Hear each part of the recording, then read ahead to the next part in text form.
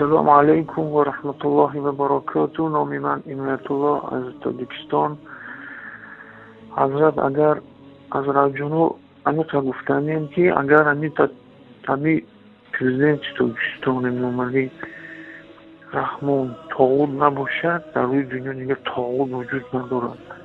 از راجونو بعد شما در ممکن در فکر باشد که چرا ما خاموشیم، شوی ما را میپروشن، رمالای خود ما را میگیرن. اگر ما سخن حق بگیم حضرت جانو ما را سلفی حزب تحریر وهابی گفته میبرن، در کنج ترمه 25 سال ترمه میکنن حضرت جانو.